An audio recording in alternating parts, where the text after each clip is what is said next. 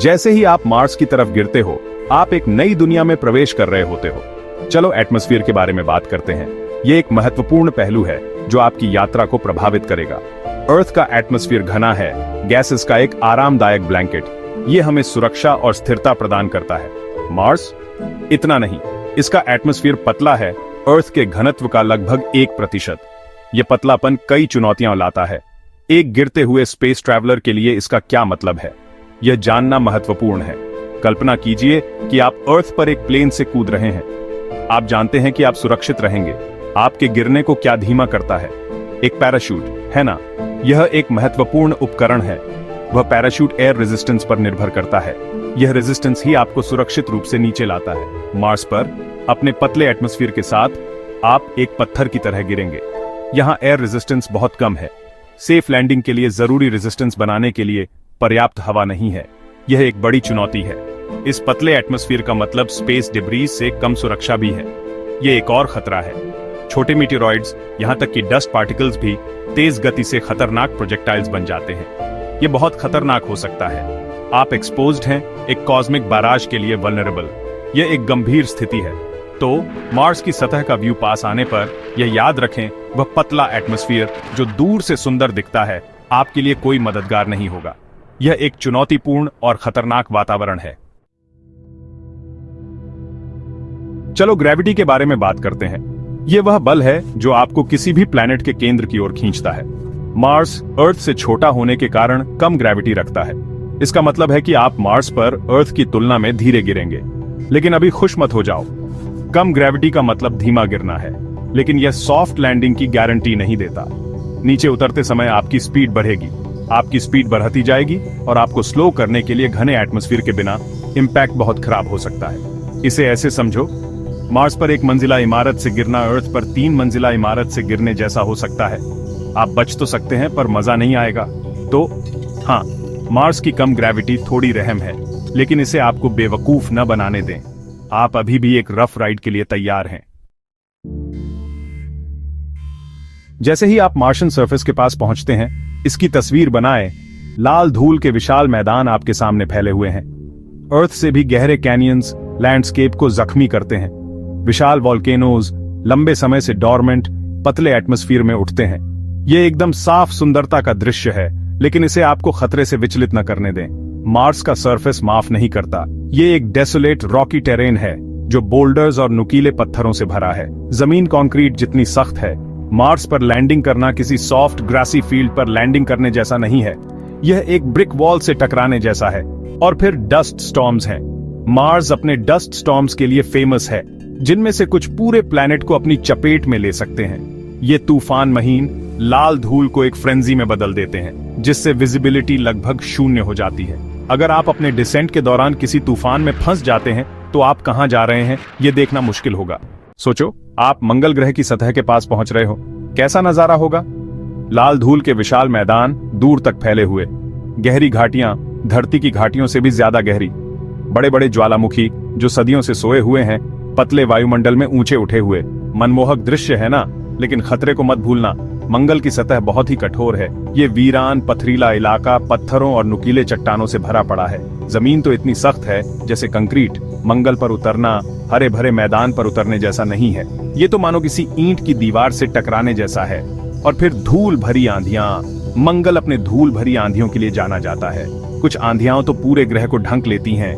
ये आंधियां बारीक लाल धूल को उड़ा देती है, जिससे कुछ भी दिखाई नहीं देता। अगर आप नीचे उतरते समय ऐसी आंधी में फंस गए तो आपको कुछ भी नजर नहीं आएगा। मंगल पर उतरने का यही सच है। यहां हर पल प्रकृति से लड़ाई है।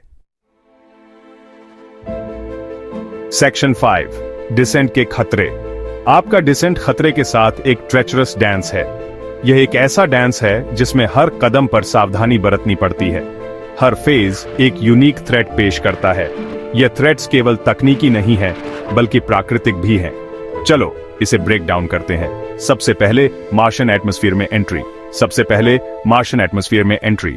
यह एक क्रिटिकल फेज है। जैसे ही आप पतली हवा में घुसते हैं, फ्रिक्शन से तेज गर्मी पैदा होती है। यह गर्मी इतनी तीव्र होती है कि यह स्पेसक्राफ्ट को नुकसान पहुंचा सकती है। आपके स्पेसक्राफ्ट को एक हीट शील्ड, एक प्रोटेक्टिव शेल की जरूरत होती है जो मेटल को पिघला देने वाले तापमान को विथस्टैंड कर सके। ये शील्ड स्पेसक्राफ्ट को सुरक्षित रखता है।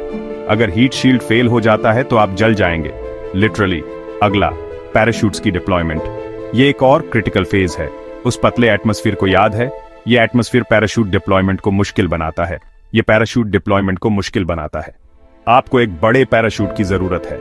आपको एक बड़े पैराशूट की जरूरत है और आपको स्लो करने की कोई भी उम्मीद रखने के लिए इसे परफेक्टली ओपन करने की जरूरत है।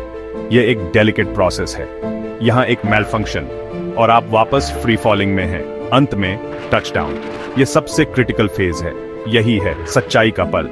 आप अपने डिसेंट को स्लो करने में कामयाब रहे हैं, लेकिन आप अभी भी तेजी से आ रहे हैं। आप अपने डिसेंट को स्लो करने में कामयाब रहे हैं, लेकिन आप अभी भी तेजी से आ रहे हैं। यह एक कंट्रोल्ड डिसेंट है। सबसे अच्छे शॉक एब्जॉर्बर्स के साथ भी इंपैक्ट झटकेदार होगा। यह इंपैक्ट स्पेसक्राफ्ट के लिए बहुत चैलेंजिंग हो सकता है। और उस रॉकी टेरेन को याद है? यह टेरेन लैंडिंग को और भी मुश्किल बना देता है। एक गलत बाउंस और गेम ओवर। यह एक हाई स्टेक्स मिशन है जिसमें हर कदम पर सावधानी बरतनी पड़ती है। सेक्शन 6। क्या आप गिरने से बच सकते हैं? $1 मिलियन क्वेश्चन। क्या आप मार्स पर गिरने से बच सकते हैं? शॉर्ट आंसर है, यह बहुत कम संभव है। लेकिन यह स्पेस एक्सप्लोरेशन है मेरे दोस्त। जहां चाह है वहां राह है।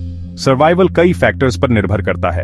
आप कितनी तेजी से गिर रहे हैं? क्या सेफ्टी मेजर्स हैं? क्या आपने स्नैक्स पैक किए हैं? मैं स्नैक्स के बारे में मजाक कर रहा हूं, लेकिन आपको बात समझ आ गई होगी। अगर आप मार्स लैंडिंग के लिए डिजाइन किए गए स्पेसक्राफ्ट में हैं, तो आपके चांसेस काफी ज्यादा हैं। ये स्पेसक्राफ्ट डिसेंट को स्लो करने और इंपैक्ट को कुशन करने के लिए हीट शील्ड्स, पैराशूट्स और रिट्रो रॉकेट से लैस हैं। लेकिन बेस्ट टेक्नोलॉजी के साथ भी मार्स पर लैंडिंग करना रिस्की है। यह ह्यूमन इंजीन्यूइटी और करेज का प्रमाण है कि हम रेड प्लैनेट पर प्रोब्स और रोवर्स को लैंड करने में कामयाब रहे हैं। लेकिन ह्यूमंस कहीं ज्यादा फ्रैजिल हैं। सेक्शन 7। एक्सप्लोर करने के लिए एक नई दुनिया। मान लीजिए सभी ऑड्स के खिलाफ आप गिरने से बच जाते हैं। आप घायल हैं, पस्त हैं, लेकिन जिंदा हैं। मार्स की सतह पर आपका क्या इंतजार है? आप अपने मैंगल्ड स्पेसक्राफ्ट से बाहर निकलते हैं, एक नई दुनिया पर अपने पहले टेंटेटिव कदम रखते हैं। मार्शियन डस्ट टैल्कम पाउडर जितनी महीन आपके बूट्स के नीचे क्रंच करती है। आप चारों ओर देखते हैं, एलियन लैंडस्केप को देखते हैं। आसमान एक पेल बटरस्कॉच येलो है जो डूबते सूरज के पास पिंक रंग का है। हवा पतली है जिससे हर सांस एक कॉन्शियस एफर्ट है। मार्शियन विंड की विस्पर के अलावा सन्नाटा गहरा है। आप एक ऐसे प्लैनेट पर खड़े हैं जिसने सदियों से मानवता को मोहित किया है। एक ऐसा प्लैनेट जो नई डिस्कवरीज, नए एडवेंचर्स, शायद नई लाइफ का वादा रखता है। सेक्शन 8। रेड प्लैनेट नजदीक से। जैसे जैसे आप आगे एक्सप्लोर करते हैं, आपको पता चलता है कि मार्स स्टार्क कंट्रास्ट की भूमि है। इसमें ओलिम्पस मॉन्स जैसे विशाल वोल्केनोज हैं जो माउंट एवरेस्ट से 3 गुना ऊंचे हैं। इसमें वालिस मैरिनरिस जैसे कैनियंस हैं, इतने भव्य कि वे ग्रैंड कैनियन को एक डिच जैसा दिखाते हैं। आप पास्ट वाटर के सबूत खोजते हैं, एक ऐसे समय की ओर इशारा करते हैं जब मार्स एक वार्मर, वेटर प्लैनेट रहा होगा, शायद रहने योग्य भी। पास्ट या प्रेजेंट लाइफ की खोज आपका ऑब्सेशन बन जाती है। लेकिन मार्स एक कठोर मिस्ट्रेस भी है। तापमान एक्सट्रीम है, रात में -200 डिग्रीज फ़ारेनहाइट से नीचे गिर जाते हैं। पतला एटमॉस्फेयर सूरज के डेडली रेडिएशन से थोड़ी सुरक्षा प्रदान करता है। और वे बदनाम डस्ट स्टॉर्म्स, वे हफ्तों तक चल सकते हैं। सब कुछ लाल धूल के एक घने ब्लैंकेट में ढंक सकते हैं। सेक्शन 9। एक मार्शियन एडवेंचर। मार्स पर आपकी जर्नी अभी शुरू हुई है। आपको उन चैलेंजेस का सामना करना पड़ेगा जिनकी हमने कल्पना भी नहीं की है। लेकिन आप अपने वाइल्डेस्ट ड्रीम्स से परे वंडर्स का भी अनुभव करेंगे। आप एंशिएंट रिवर बेड्स एक्सप्लोर करेंगे, विशाल वोल्केनोज पर चढ़ेंगे और हो सकता है, बस हो सकता है, अर्थ के बाहर लाइफ का सबूत पाएं। आपकी कहानी मेरे दोस्त एक रिमाइंडर है कि स्पेस एक्सप्लोरेशन अल्टीमेट एडवेंचर है। यह ह्यूमन स्पिरिट की एक्सप्लोर करने, डिस्कवर करने, संभव की सीमाओं को आगे बढ़ाने की अदम्य इच्छा का प्रमाण है। इसलिए स्टार्स को देखते रहें और कौन जानता है, हो सकता है कि एक दिन आपका अपना मार्शियन एडवेंचर होगा।